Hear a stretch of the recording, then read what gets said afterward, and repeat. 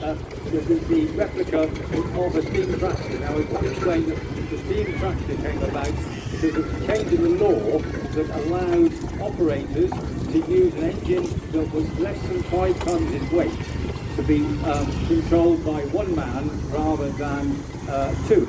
And this means that for all sorts of businesses there was a saving in wages because you only had to pay one shaft to take the engine down the road.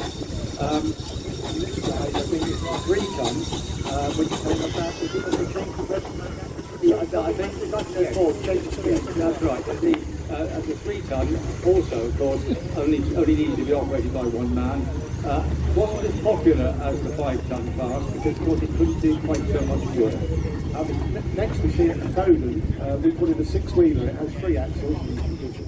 For the conventional spoke wheels of the majority of traction engine, and this was a late development that made production easier because it is less work to make a single casting than it is to laboriously assemble a spoke wheel. Following that AV tractor, we've got the first of our Fowler road locomotives. We've got several Fowler road locomotives on the field today. The feature of the Fowler road locomotive, and it has once again, it's got the all-girl crew. Well done, the marriage family. Give away for Fiona and Michelle, who are controlling this engine themselves and getting on with it, because they're extremely capable, these girls. The Fowler road locomotive was designed for long distance heavy haulage on the road, and various features of the road locomotive displayed by this engine. The solid flywheel rather than the spoke variety of the agricultural engine, and the motion covers that conceal the rods going backwards and forwards. This was intended to prevent the engine from striking the horses. New to near Welland, and for many years this was the Daniel family down in Cornwall, who was bought recently by this chap. We come all the way from Newton, and I noticed it's got it's got the Oxfordshire registration, so therefore we use registration numbers of the engines quite often to identify where they were first worked. Some manufacturers allow the customers to register their engines in the locale vicinity. Other manufacturers register their engines that were worked before they sold them. The next one is the Fowler Tiger tractor. A miniature version of the large boat, like I said earlier.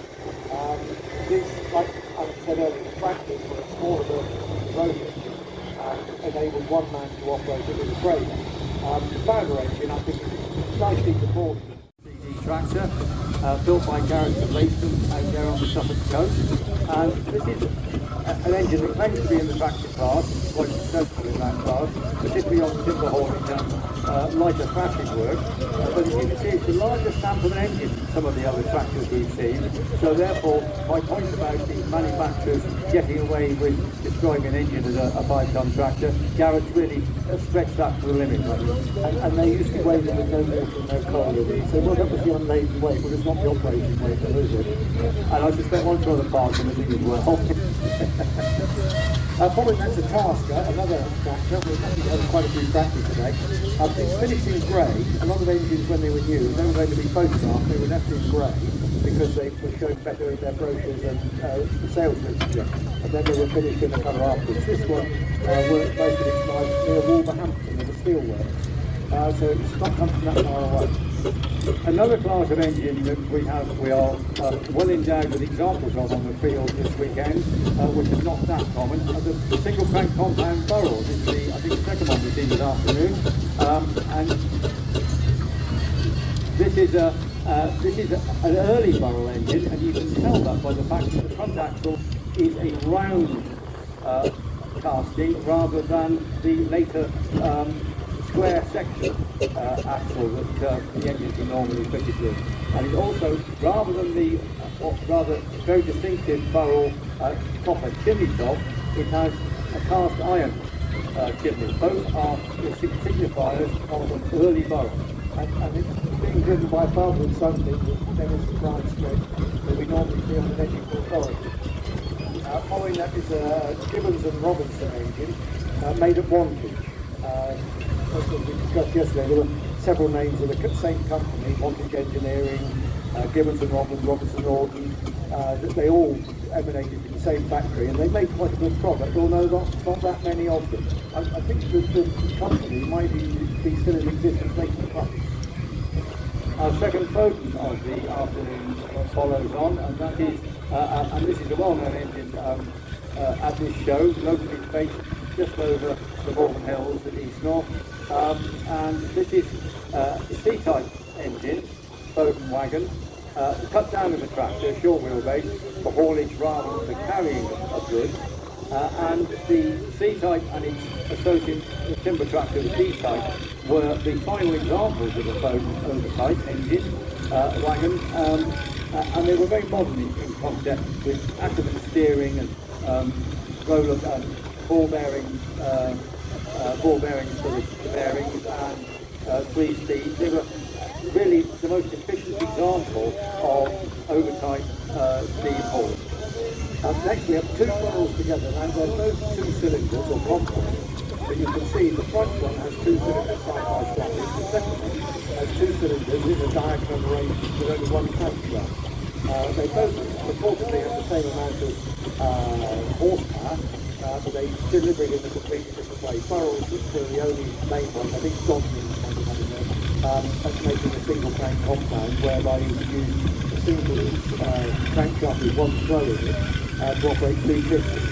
And the idea of compound is that you have a small cylinder which works with high pressure, so that then pushes the piston back into forward. You want to see the piston there, it then goes to the larger one, the low pressure one, because it's expanded, but because of the ratio, it still produces the same amount of horsepower with the second cylinder.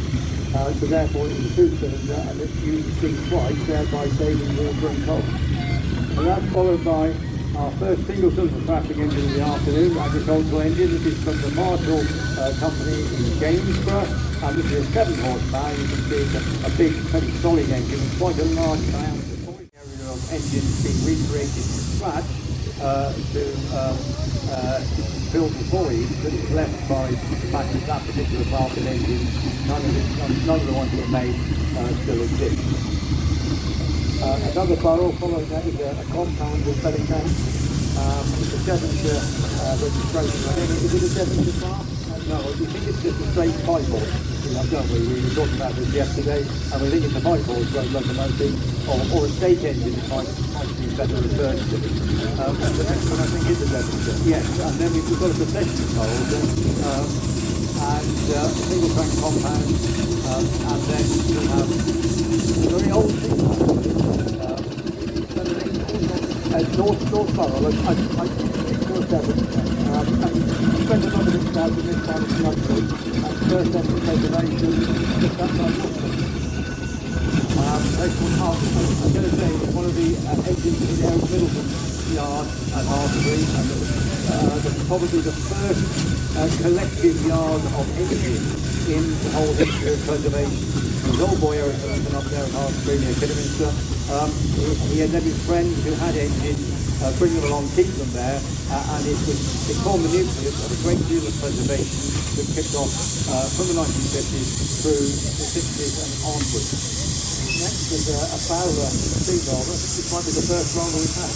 This one was new to the Aberdeen Council. I think spent all its working life in Scotland. I think it's now registered down here, but it was a Scottish engine all of its life. Then we've got a Ransom. Guns and Jeffers at Ipswich. Again, a counted manufacturer of a large number of agricultural equipment, engines and associated thrashing boxes. And Robert Ransom started the company and made his fortune by inventing a technique of killing cast iron, which made ploughshares. Well, I imagine on thrashing even into the war and beyond, into the early 50s, when steam thrashing was rapidly in decline, they were still proving their worth within the economy. A couple of Fowler rollers. The second one is a T3. Now we saw a Tiger tractor earlier. This is the same mechanics, the same cylinder crankshaft and gearing, but it doesn't have what we call a double high system where the steam can go from the high pressure into the low pressure, which the road engine does. But otherwise it is the same type of engine, same tender, same cylinder. And then we've got an engine that's familiar to us, I suppose, throughout a long history of preservation. You remember it in the ownership of the man who restored it, Jimmy Tomlin from Baxter, and who had his house extended so that he could keep it in a special room at the end of the house. And if you were a very privileged visitor, and I was one, you were taken upstairs and led along the land, and there he would open the door of this little veranda, and there below you was the engine with its canopy. It was a gorgeous shot. And then Dave Smith had it, who sadly passed away a couple of years ago, a well-known figure in this area. He was involved in everything because he was a leading light of the NGC, handling all sorts of problems with legislation. The movement, he's a man the movement sadly missing. Following that is an Aisling Roby and Co. And of the four, I think Welland was the biggest and produced the most engines and exported them all over the world. There was a big market in South America, as well as the Dominions and the colonies. Another Tiger tractor. Now there are only, I think, 9 Tiger tractors left in existence, and we have probably half of them here. Following on from that is a Fowler called Enterprise. This we discussed yesterday, spent some of its time in the gravel pit, Fairford, where Edward was the showman. But on the side of this front, I think it's condensed. Yeah, it's been war dedicated, but it's helped steam slow down. But this is an engine like we discussed earlier, that you can either use it as a roller or as a tractor, depending on whatever you want. As I said, it's 9 times out of 10. It's not exclusive to what you want. Now this roller is one that I think you ought to talk about. Right, well it was new to John Allen and Company in Oxford. It's actually made, it says it's made by Fowler, but it was assembled by John Allen because Fowler's actually had a strike. You think, well, did they have strikes in Victoria? No, yes we did. John Fowler's got a strike, so all of the parts are shipped down in boxes, and John Allen erected this and kept it for many, many years. It didn't get sold off until much later, and I can remember when I was growing up, my grandfather had it in his field, and I used to stand on there. I've done many miles on it, going nowhere. Imagining that I was holding with it. And thereby sowing the seeds of your affection to see in the park. That's followed by what I think is our third baby show of the afternoon, and normally we, in any show, we have plenty of them. This is an 8-ton compound side valve Aisling, and I describe it as a side valve for this reason, because they later switched to the alternative piston valve and then returned to slide valves ultimately, so Aisling has chosen to try both valve arrangements. And this would, at the 8-ton roller, being on the lighter side of the roller scale, was probably used for finishing patching and stonework. And this Focus had longer valve guards than many other engines, and were really more efficient. And Focus was virtually the inventors of compounding in the first place. Following that with Ultras. Ultras were made for patching. Quite a few syntaxes, several other registered in the United Kingdom. In particular, the Judson export, I think it was so it was at home. But it was almost a colonial type where the wheels were wider than Saxon, and for many years it was working around the time to repair goods and whatnot. And the Garfield cars take right up to 170 miles away. They just started to pop the ball and then made a herring truck. And we've got a steamroller coming around now that is familiar to millions, because it was, of course, the Aisling, single cylinder Aisling, that was the original engine that was bought and restored by the But look at that. and it's featured in a lot of its television programmes, and they became, I think, possibly almost a typical engine for the whole movement, through television exposure. Why the battle behind the motor? Well, television has more power.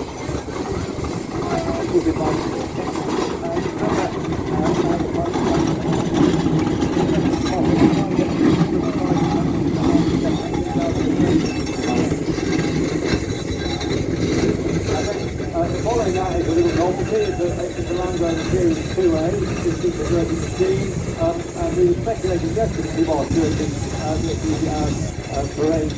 arena parade commentary that it might actually be more effective than some of the petrol engines that are fitted with hand towing into the city. We went to work going after Portport, put the price together, really. Following that is a global engine, which is the next one, because it was less than 1 million, which was worked on in Australia.